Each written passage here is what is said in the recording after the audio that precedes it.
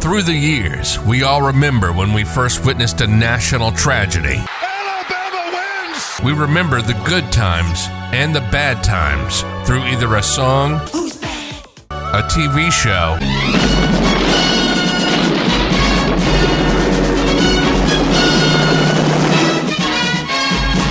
a monumental sports achievement. For the first time in 86 years, the Red Sox have won baseball's World Championship. Can you believe it? Or even the smell of a particular food from when we were young. 2 all beef patty, special sauce, lettuce, cheese, pickles, onions, and a sesame seed bun. Welcome to the show that will take you on a journey through time to relive those iconic moments. Welcome to RTW Rewind, where old school rules. So, without any further delay, let's introduce you to the host of the show, Rob Francois.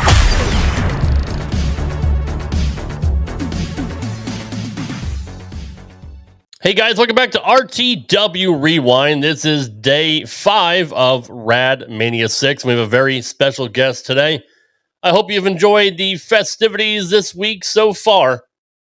And I don't want to waste any time because I'm very excited to talk to this man. He had, most of you know him from his run in WCW, first as the Equalizer and then as EVAD, Dave Sullivan. We have a lot to talk about, so let's bring him in, Mr. Dave Sullivan. Good evening, sir. Thanks for being here. Thank you for having me. I appreciate it. Not a problem. So I was doing a little bit of research on your early career, but before that, every time I have a guest on, I usually ask them if they're a wrestling fan or not. Were you a wrestling fan as a kid? Yes, was.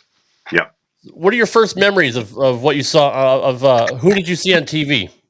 Well, we're part, because I grew up in Denver and then Omaha, so we're part of the AWA. So a lot of Vern Gagne and all his crew and everything like that. Harley Race, all them guys. Well, the guys out of Omaha here, the Iron Claw, Baron Von Raschke, all those guys.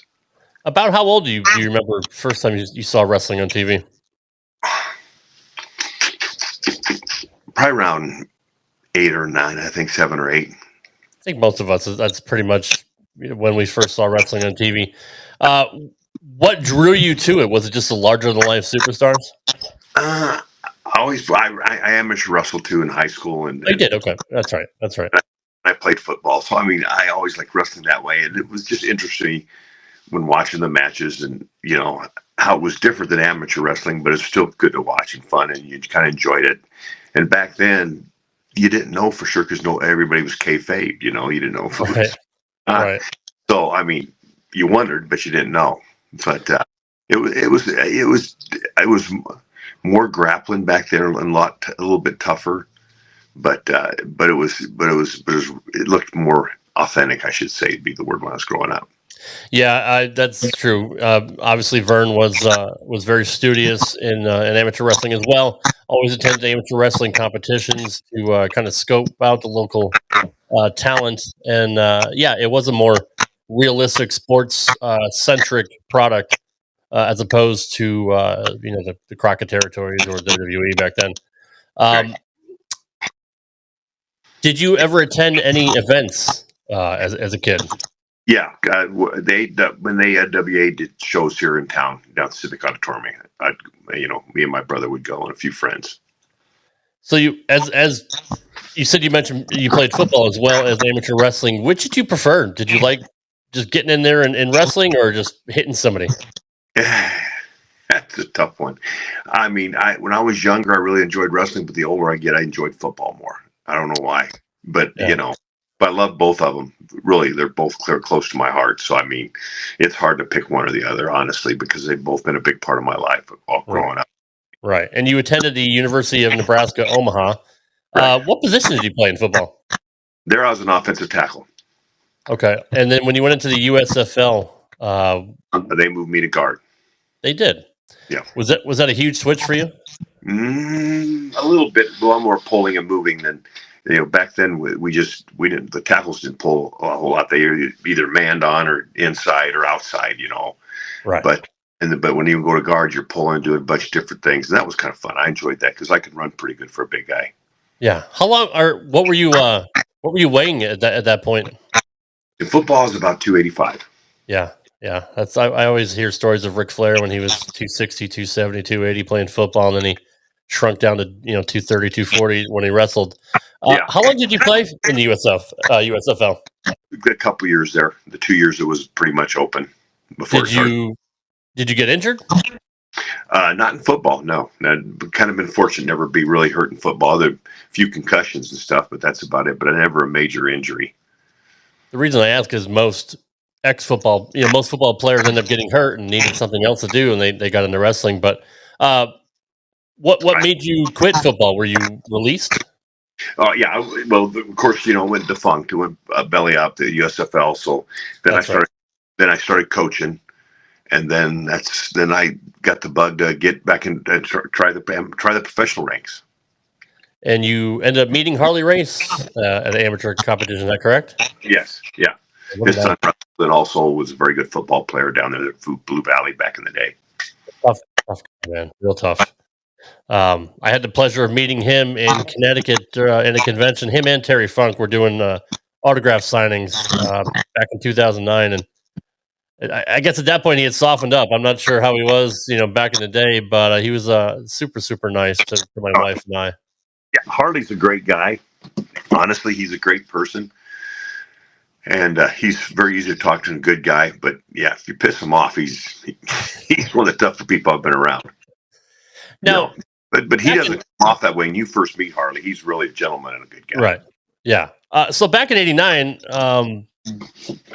kayfabe was still kind of around. I know Vince Jr. kind of ruined it, when he tried to skirt around the sports commissions. But right. Not everybody knew how to get into the business. Like, how did that conversation come up with you and Harley? Did he kind of recruit you to go pro? Well, he just said, with your background in football and wrestling, have you ever thought about doing professional? And I said, I thought about it. Yes. I just, and then he offered, Bob Geigel to him and start training me. Then I finished up there in Portland with Grappler. Man, Lenton Denton was so smooth. I used to love watching old tapes of him. It's a little bit before my time. I kind of grew up in the 80s, but man, who better to learn from? Jeez, Harley Race and Bob Geigel and Len Denton. I mean, yeah, not much better in the business at that point.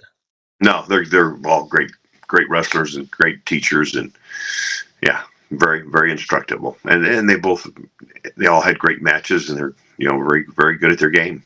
Yeah. So you actually got the team with Len, right, in the Pac Northwest?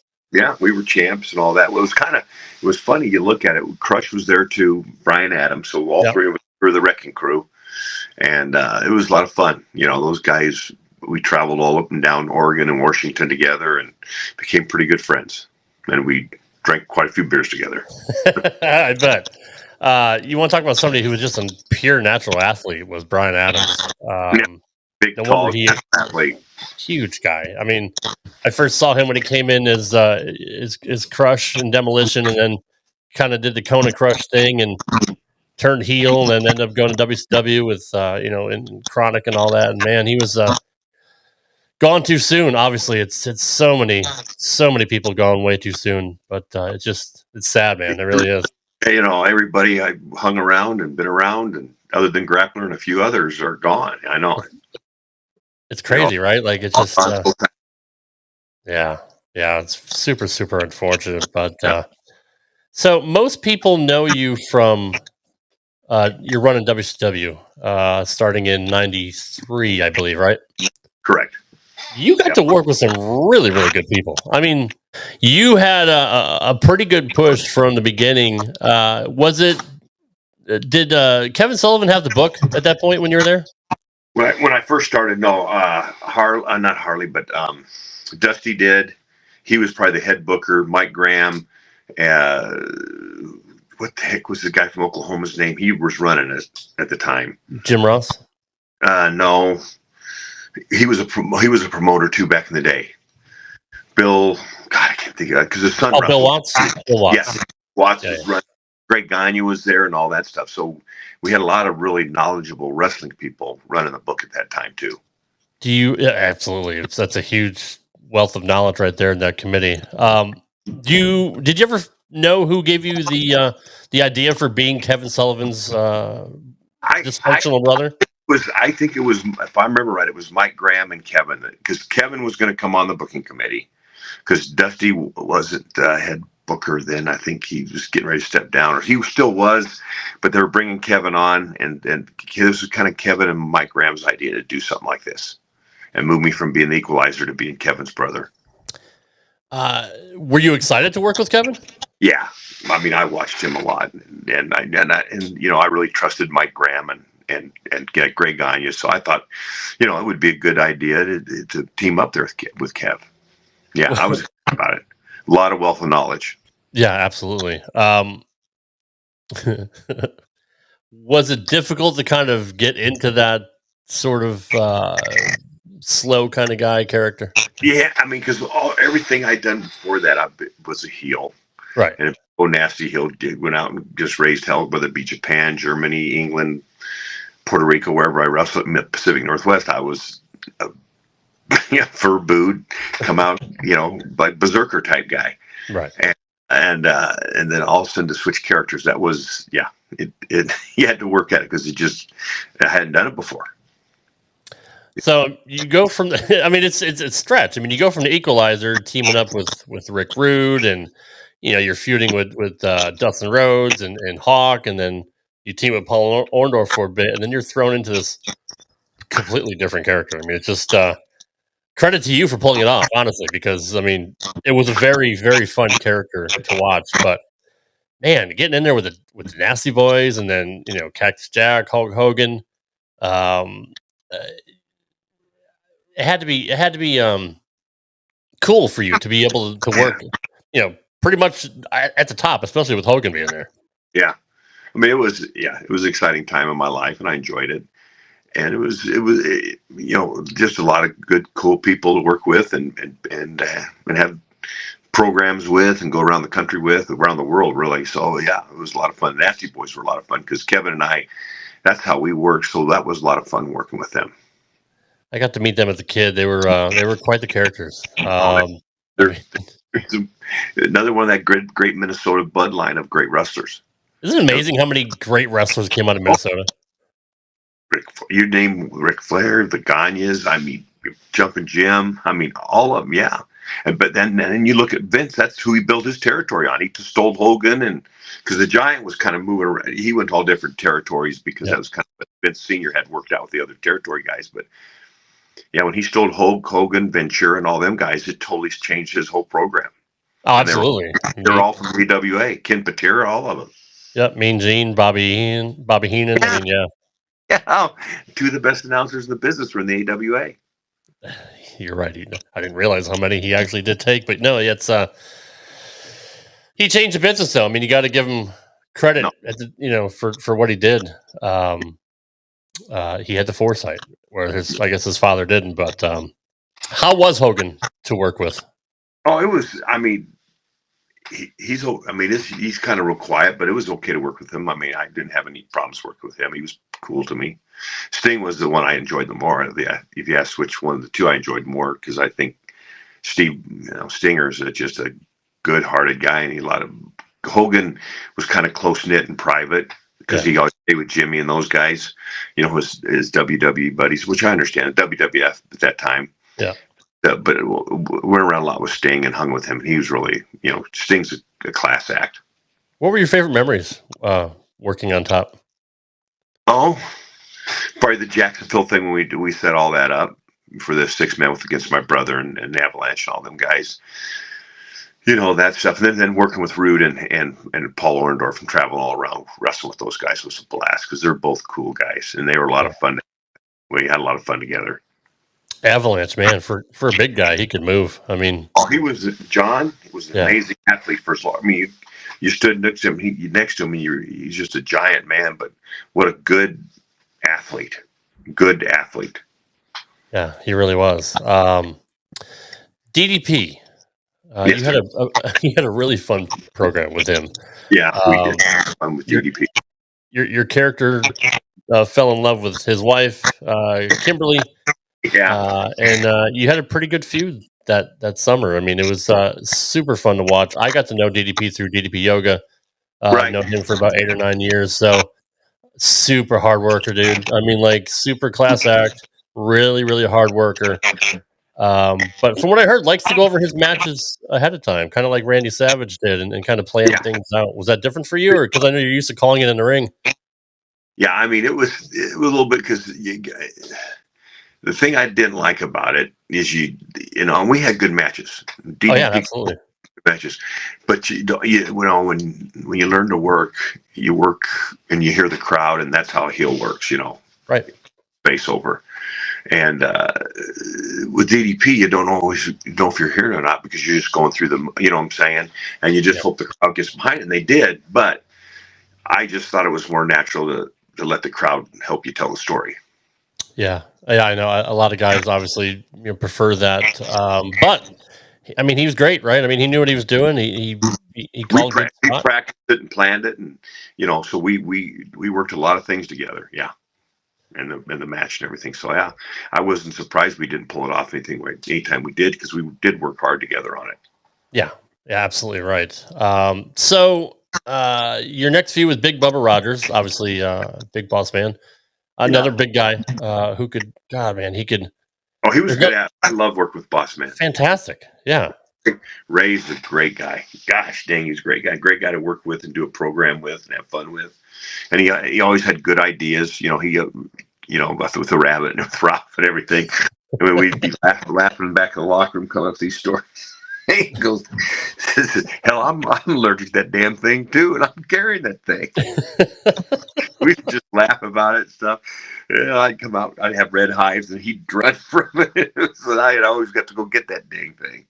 oh, that is hilarious. I was allergic to it. I don't know if he played it up well with that sneezing and everything he did, but we both were allergic to the dang thing. That is too funny. So you're sorry, 1 second, honey, please. What's the matter, sweetheart?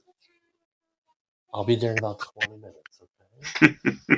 My poor kid. She Sorry. just wants their daddy. She does. She wants her daddy. Obviously, mommy isn't cutting the cake right now. So, your last appearance on TV, I believe, was World War III. What made you stop wrestling? Was it with just injuries that piled up?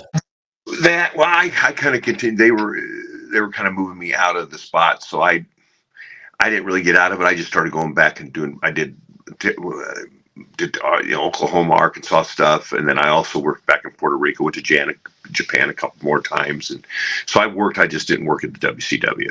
I gotcha. Okay, so long after that they were bought up by the WWE. Yeah, you're right. Yeah, 2001, I believe they got bought out. Man, yeah.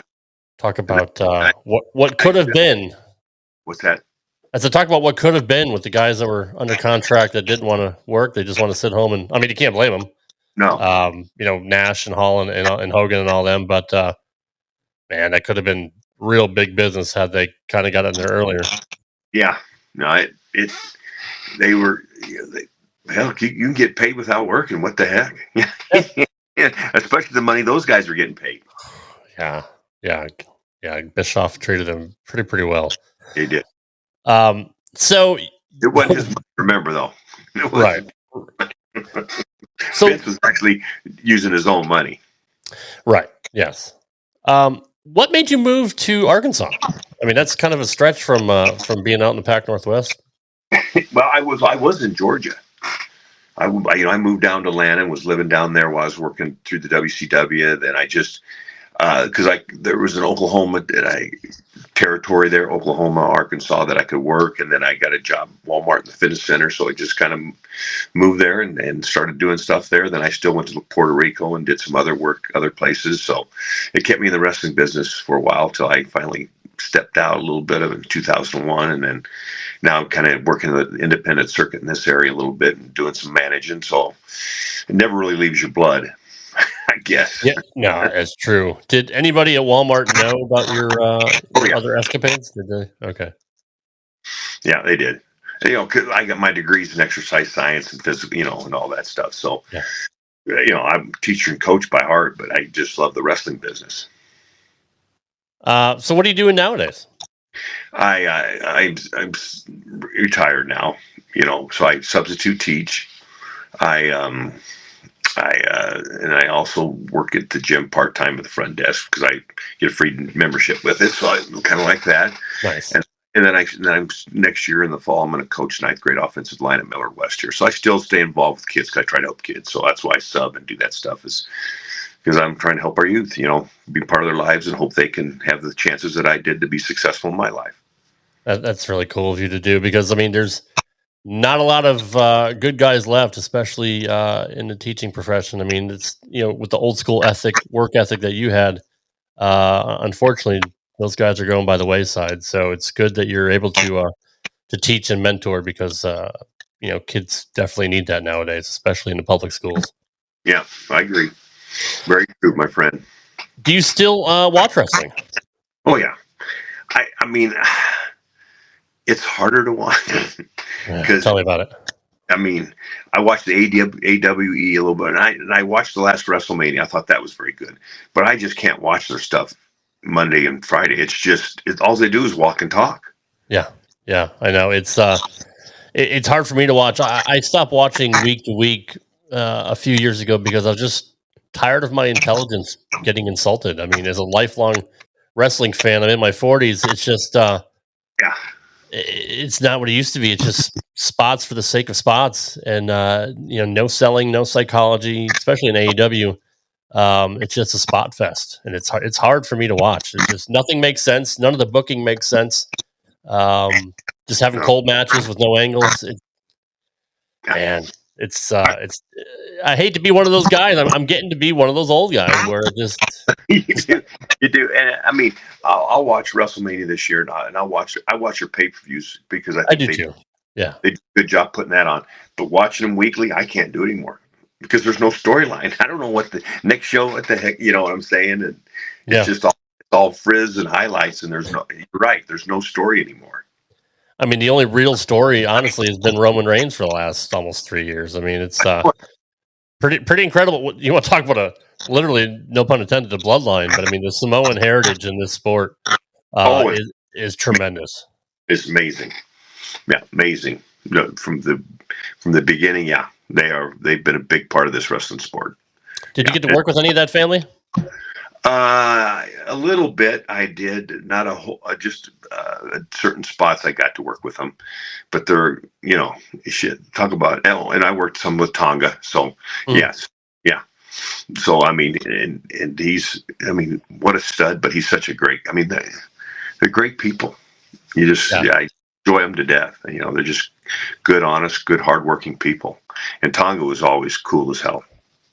He was great. Samu and Fatu, when they're in WCW, the Samoan SWAT team with Paul Lee, man, they were just killer athletes. I mean, big guys, big guys that can move.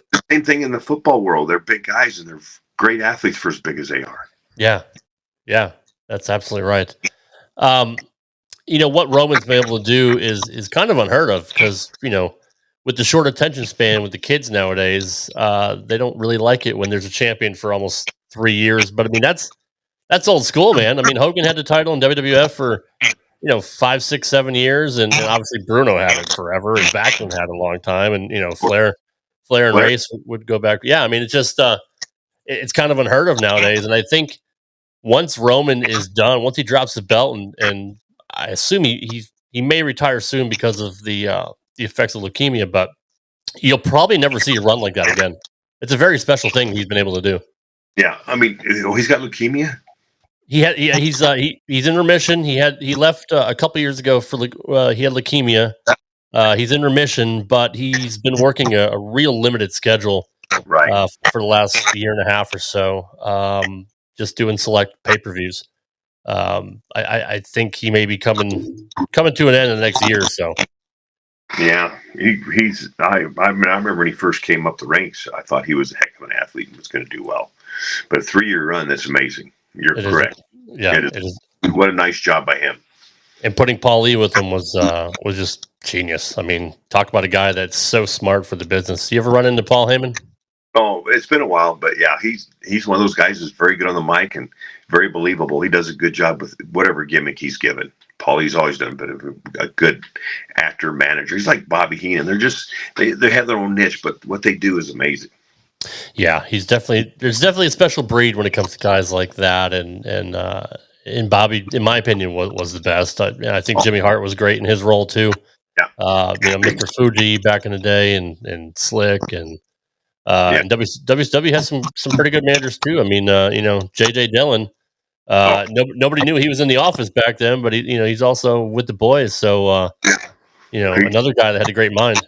Yep, I agree. I mean, yeah, those guys were naturals at it. They're very believable, and also now about all of those guys is they're all good teachers too. I mean, if you ask for some thoughts, they would tell you, and usually they're right because they were watching it with the marks, and so they'd give you some good thoughts and good ideas on what to do out there. I mean, all you have to do is listen to them, and they're very intelligent people.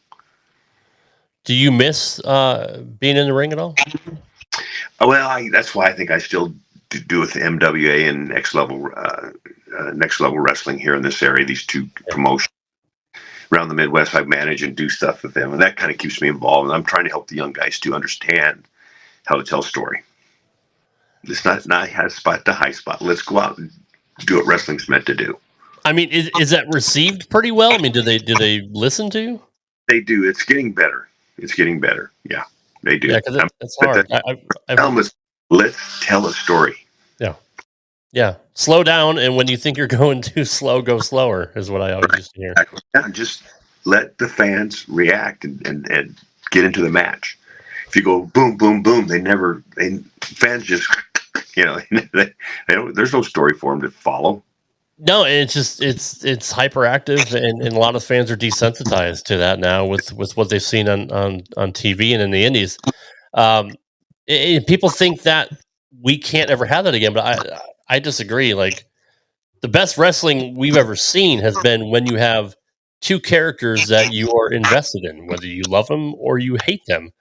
And that's the genesis of wrestling. That's the foundation. That's what everything is built on. And I think if we could get somebody, and I don't know, I'm not watching week to week. Like I said, maybe Triple H is doing a better job of that, or Shawn Michaels in NXT. I'm not sure, but there's enough of the old guys still out there, like you and everybody else that they have in AEW, like Jake Roberts and Tully Blanchard and Arn Anderson and Jim Ross, that can teach these kids how to tell a story. But I hope we get back to that at some point, because it's becoming it's becoming a lost art. Yeah, Hollywood's went back to the good guy and bad guy again. Yeah. You'd think the pro wrestling figure out that's what still people want. I agree, and I think it's a necessity. Hate the bad guy and love the good guy. Yep, it's literally that simple. And you'd think that would be easy enough to do nowadays instead of all these spot monkeys. But I don't know. I guess my time is past. I don't know. I hope not. I hope neither one of us, because you still remember those days, because you were still, guys still did that when you were growing up. Yep. And I still watch the old stuff on the network. I'll watch old, Saturday Night's Main Event and Crockett stuff and AWA, right. and they have just about everything that you can watch. Texas down in World Class. I mean, oh yeah,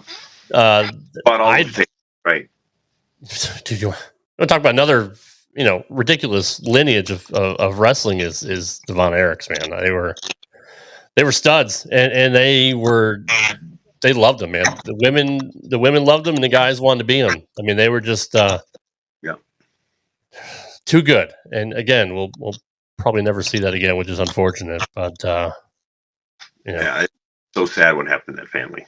Yes, and the Hart family as well. I mean, that's there's so many great wrestling families that really just aren't around anymore, and it's a hard business. It's hard being on the road that many days a year, and all the plane rides and the car rides and the hotels and being in the gym and going to the bar. I mean, it's just way too many people are gone now, and it's just it's sad. It's like they get out of the ring and they don't know what to do. That's all they've ever known is wrestling.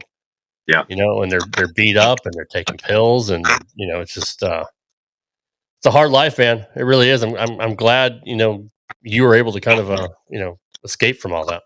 Yeah, I think what Darren Matthews did, and so did Fit Finley. They figured it out too, and they're doing well as they're aging like me. But you're right. But that's just few and far between. Hulk's hung in there, and Ric Flair has, even though he drinks his butt out, that crazy bastard. He just got his liver released, and he's back drinking it. It's like, that's what took you there, Rick. But he's going to go out that way. That's just Ric Flair, But again, he still made it into his 70s, drinking unbelievable amounts of liquor. It's amazing. It's truly amazing what he's been able to not only accomplish, but what he's been able to survive. I mean, he should have died a few times, obviously with the plane crash, and then from his escapades. But he's right. He's like a cat, man. He's got a few lives. Got a couple left. Yeah. Last time I saw him on social media, he was promoting some kind of marijuana, something or whatever. I think he smokes a lot of pot now too. I think he has his own brand of pot, I think. Gotta love it, man. Woo! Yeah, he's the guy. He's always hustling, dude. He never stops working. No. He's got it, man. That's Rick, baby. That is Ric Flair. He doesn't know how to be anybody else. I mean, no. Richard Flair, you'll never see him again. It's Ric Flair. That's it, 24/7. Yeah, I know it.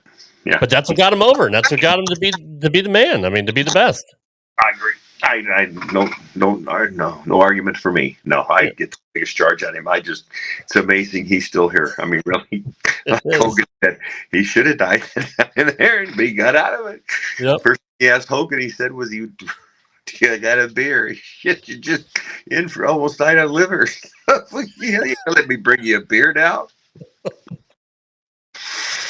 Oh man, but I mean, he was the last real traveling world champion. I mean, he went everywhere, and he went every. He came up there and challenged the grappler for the champion. I mean, grappler challenged the world champion. I mean, and he came up there a couple times, wrestled Billy Jack and other. You're right. He traveled all over. And he went to every territory, and he made everybody look like $1 million. He came out with the title, but I mean, he still gave the rub to the local guy. Yeah. Oh yeah, the whoever he worked with always was over after that. After he left, Rick got him over. That's a tough job, man. But that was his life. I mean, that's what he lived for. No, he did, and that's the way he liked to live. And fast, hard, however you want to put it, but that's with him, and that's him. That's his personality. That's who he is, and that's what makes him fun. Yeah, absolutely. I do it when I'd go out with him. I'd do it 1 or 2 nights, and I'm going to the hotel after that. I'm going to bed. I can't do it anymore, Rick. Poor Arn always would go out. I think Arn could control how much he drank, but he'd be out there a lot. But a couple nights for me, and I'm cool, Rick. I'm gonna hit the hotel tonight. Bobby Heenan said the same thing. He said it's such a funny story. I think he told his Hall of Fame speech. He said that when Rick came into WWF in 91 and 92, they put him together on the road, and he said about 2 weeks later, he told Vince, "I'm done. I'm leaving. I'm not working with Rick anymore. I love him, but I can't work with him anymore." Gotta hang with him all the time. And it's like, oh my God, I need a break. Oh, that is good. It was all night. Then we're in the gym in the morning, and we're working out, sweating all that stuff out. But somewhere along the line, you need to get some sleep. I've heard some stories that he may have poured a few shots in the flowers. I'm just saying that's surprise. I'm sure he's a smart man. I'm sure. Yeah, he's a smart man. Well, Dave, I appreciate you being here, brother. My daughter's pulling at me. I'd love to talk to you more, but my daughter's pulling at me. I'll definitely have to have you on again so we can talk some more stories for sure. Love to be on again. I enjoyed this. Me too, sir. I appreciate it. And anything you want to plug before you go? Just my book's on Amazon. It's Meet Dave Sullivan, and please order it if you want it and get an autograph. I'll do autograph signings, so just keep an eye on the website. I'm on Facebook and on TikTok and all those Instagram, if I remember them all. And when I'm going to be around, and please bring the book in, and I'll be happy to sign it for you. Awesome. Very good. Well, again, thank you for your time, Dave, and I hope you have a great night, and we'll talk to you soon. All right, man. Thanks, brother. Bye. All right, guys, that is Dave Sullivan, EVAD. A little bit of a technical glitches there with the sound with his cell phone, but we'll definitely get him on again. There's so many more stories he could tell. I'd love to hear some of the road stories. Obviously, he talked about Ric Flair, but I'd like to know a little bit more about who he rode with and who he was friends with in the business. But super nice guy, class act. I mean, I've had the privilege of meeting a lot of wrestlers, not always great, but everyone I've ever had in the podcast has always been really, really nice and genuine and fun to talk to. So I know the interview is a little bit short, but my daughter is dying to see me, and family does come first. But I definitely want to get a show out for you for today, for day 5. Coming up this weekend, obviously, is WrestleMania 40 from Philadelphia at the Link. Looking forward to seeing Cody Rhodes teaming up with Seth Rollins, taking on The Rock, and your reigning, defending, undisputed WWE Universal Heavyweight Champion, the Tribal Chief, Roman Reigns. We'll see what happens. I think Seth might turn on Cody. I just can't see them getting along. Maybe he'll cost him the match. I don't know. Maybe he'll cost him the title against Roman later on night 2 when Roman takes on Cody again for the second year in a row for the Universal Heavyweight Championship. And if Cody loses this time, man, I don't know what to tell you. I really, I don't know. I mean, he's over, right? I mean, he's a made man. He's Cody Rhodes. I just don't think you could put him back in that main event picture. I don't know. I could be wrong. But I am hoping that Cody does come out with the title, and then lose it the next time. Lose it the next night on Raw or that week on SmackDown to Roman. I don't know. There might be some shenanigery going on. If it's a fucked finish and he takes the title, what Jamie Williams at the beginning of the week said, the vet, had said that, maybe somebody screws around and there's a run-in and Cody wins under some strange circumstances and it's tainted and, he turns heel. Everybody says that he cheated to win or he got help to win and he couldn't do it on his own and he kind of doesn't want to hear from the fans and who knows, maybe the fans will do that, maybe they won't. But it's an interesting story if you want to tell that. Turning Cody heel over the summer, I think they can get a lot out of that, depending what happens to Roman. There's rumors of Cena and Stone Cold playing a big part in WrestleMania. I'm about a week away as I'm recording this, so I don't know. Maybe something will unfold after the fact. But I had to get this interview in so I can get it edited and out for next week as you're hearing this. So not that it matters to you, but just in case that news already comes out and I look like a dumbass because I don't know if they're gonna be at WrestleMania or not. It is what it is. But anyway, guys, I appreciate your support. I hope you enjoyed the last 5 days of shows leading up until WrestleMania this weekend, where I'll be doing the post-game wrap-up show for Night 1 and Night 2 for days 6 and 7 of RadMania 6. Until then, guys, thanks for watching. Thanks for listening. We'll see you on the next one. Take care. Peace. Thank you for listening to this episode of RTW Rewind. For all the latest news and announcements, please follow us on Twitter at RTW Brand. You can also follow Rad Rob at Rad Rob Gaming. You've been listening to RTW Rewind exclusively here on the Rad Rob Radio Network.